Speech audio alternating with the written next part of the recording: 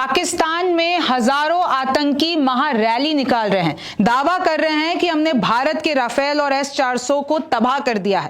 Tank पर शहबाज शरीफ वहां के प्रधानमंत्री खड़े होकर कहते हैं कि हमने भारत का घमंड चकनाचूर कर दिया। नमस्ते, मेरा नाम रिमझिम जेठानी है, आप न्यूज़ 24 देख रहे हैं और अब एक एक करके मैं आपको बताऊंगी और दिखाऊंगी कि पाकिस्तान में इस वक्त क्या चल रहा है। तो देखिए, जैसे प्रधानमंत्री मोदी बेस पे गए थे, उधमपुर एयरबेस पे, वैसे ही प्रधानमंत्री शहबाज शरीफ पाकिस्तान के एक बेस पे जाके सैनिकों के बीच जाके बोलते हैं कि किस तरीके से हमने भारत का घमंड तोड़ दिया।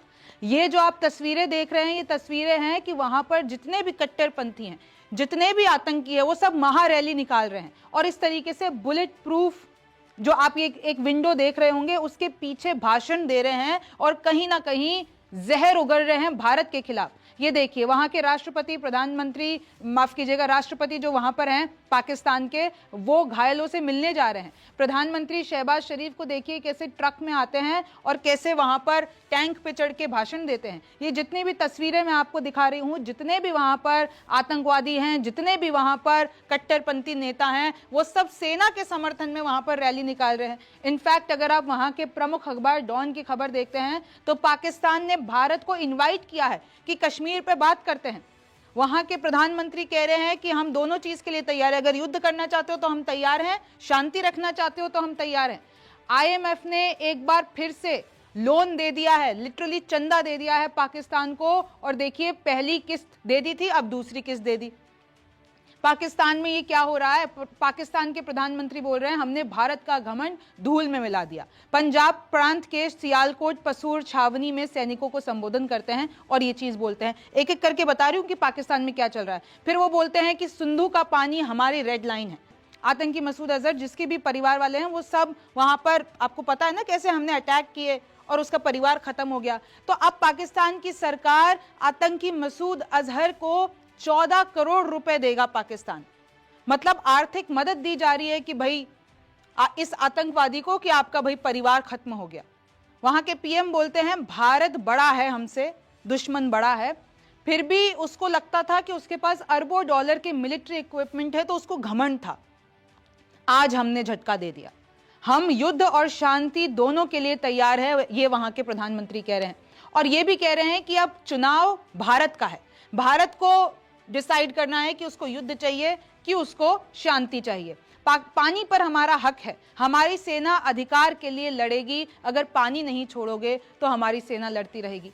पाकिस्तान सेना के समर्थन में ये हजारों आतंकी जुटते हैं। 2 दिन पहले ही देखिए कराची में कट्टरपंथी नेताओं और आतंकवादियों की रैली निकलती है।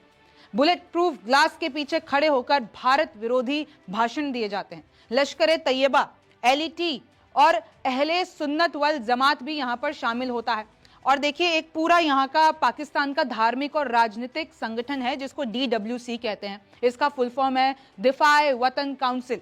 इन लोगों का मकसद है कि देश की रक्षा की जाए। वहां के पाकिस्तान का जो एक मुफ्ती है वो बोलता है कि हमारी सेना सेक्युलर नहीं है, हमने हमारे अल्लाह के नाम पर और इस्लाम के नाम पर सारे एक्शंस लिए हैं। राफेल और S-400 को हमने तबाह कर दिया है, ये दावे किए गए हैं इस रैली में। और बुलेट प्रूफ केबिन के पीछे ये भाषण दिया गया है, भारत के खिलाफ जहर उगला गया है। हमें भारत में नाश्ता करना पसंद है। वहां के नेता, वहां के कट्टरपंथी, वहां के आतंकवादी ये कह रहे हैं हमें दिल्ली पर पाकिस्तान का झंडा फहराना भी पसंद है। इस तरीके के खोखले दावे, इस तरीके की खोखली बातें कि अब तो हंसी आने लगी है। अब इन लोगों के बयानों पे हंसी आने लगी है कि इतना कॉन्फिडेंस लाते कहां से हैं। पाकिस्तान सेना के अफसर, नेता आतंकी के जनाजे की नमाज पढ़ते दिखे थे, वो फोटो तो हमारे विदेश मंत्रालय ने भी दिखाई है। पाक ने सिंधु जल संधि सस्पेंड करने पर भारत को पत्र लिखा है कि आप ऐसा नहीं कर सकते हैं। IAEA, भाई खबर उड़ी थी ना कि पाकिस्तान में रेडिएशन लीक हो गया है, पाकिस्तान पे हमने, जो भारत ने है, न्यूक्लियर बेस पर हमने हमला कर दिया और वहां पे रेडिएशन लीक हो गया, वहां पे इवैक्यूएशन कराया जा रहा है, लोगों को निकाला जा रहा है। तो अब जो एटॉमिक संस्थान है उसने कह दिया है कि पाकिस्तान में कोई रेडिएशन लीक नहीं हुआ है, ये सारी खबरें झूठी थी। पाकिस्तान के राष्ट्रपति जरदारी घायल सैनिकों से हॉस्पिटल में मिलने पहुंचे, मैंने आपको वो तस्वीर दिखाई। इमरान खान जो कि इस वक्त जेल में हैं और जिनकी खबरें बहुत बार आ चुकी है कि भाई उनके साथ रेप हो गया, कभी खबर आ जाती है कि वो मारे जा चुके हैं, वो इमरान खान अपने भाई से बात करते हैं, जेल से मिलते हैं और फिर उनको बोलते हैं कि भारत के हमले के प्रति सतर्क रहें, मोदी बदला जरूर लेंगे, ये उन्होंने आगाह किया है। सत्तारूढ़ पाकिस्तान मुस्लिम लीग नवाज PMLN का दावा है कि जो पूर्व प्रधानमंत्री हैं नवाज शरीफ पाकिस्तान के, उन्होंने भारत के खिलाफ अभियान जो भी पाकिस्तान ने किया है उसकी पूरी डिजाइन बनाने वाले PM नवाज शरीफ हैं। पंजाब प्रांत के सूचना मंत्री आजमा बुखारी ने एक प्रेस कॉन्फ्रेंस की और फिर दावा किया। अब देख लीजिए कि पाकिस्तान के अखबार क्या क्या छाप रहे हैं।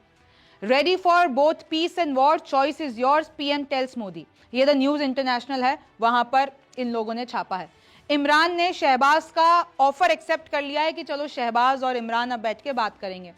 पाकिस्तान की ग्लोबल रेपुटेशन अब इंप्रूव हो गई है। यहां के अखबार ये छाप रहे हैं कि भाई कॉन्फ्लिक्ट के बाद अब पाकिस्तान का जो दमखम है पूरी ग्लोबली, और वो बढ़ गया है। पाकिस्तान ने अपना ग्लोबल रीच बढ़ा दिया है चाइनीज आर्म्स के साथ। ब्लूमबर्ग की ये रिपोर्ट है, विदेशी संस्थान है।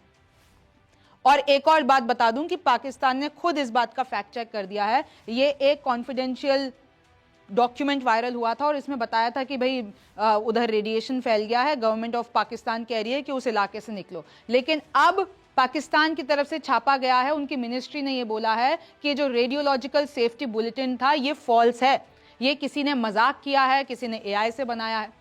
और फिर इन लोगों की हिमाकत देखिए, ये लोग ये कहते हैं credible information shows Kashmir mention in Trump's tweet was Pakistan condition for cease fire. इसका मतलब ये हुआ कि पाकिस्तान ने ट्रंप को कहा कि हमारी एक शर्त है, अगर हम भारत के साथ सीज फायर करेंगे। सबसे पहले तो ये बोलते हैं कि भारत ने रिक्वेस्ट की कि सीज फायर करो, पाकिस्तान मान गया। लेकिन पाकिस्तान ने ट्रंप के सामने ये शर्त रखी कि हम कह रहे हैं कि अपने ट्वीट में कश्मीर का जिक्र करे ट्रंप, कश्मीर पे बोले ट्रंप कि वो मीडिएशन करने के लिए तैयार है, इसको इंटरनेशनल मुद्दा बनाया जाए। तो ये पाकिस्तान की शर्त थी सीज फायर करने की। आप देख रहे हैं झूठ का लेवल, देख रहे हैं। द एक्सप्रेस ट्रिब्यून छाप रहा है PM heaps praise on armed forces for avenging 1971 war. ये कह रहे हैं कि इन लोगों ने भारत को हरा दिया है और 1971 वॉर का बदला ले लिया है ये ऑपरेशन बुनियानुम मरसूस करके। मोदी को बोला जाता है कि पाकिस्तान को टेरर पर लेक्चर देना बंद करें। इंडिया को वार्न किया जाता है कि ये रेड लाइन, जो ये पानी वाली रेड लाइन है इंडस ट्रीटी वाली, उसको क्रॉस ना किया जाए। पाकिस्तान इंडिया एक्सचेंज सोल्जर्स, इस तरीके से लिखते हैं एक्सचेंज सोल्जर, जबकि मैं आपको बता दूं हमारे जो 21 दिन से BSF के जवान वहां पर थे उनको हम ले आए हैं।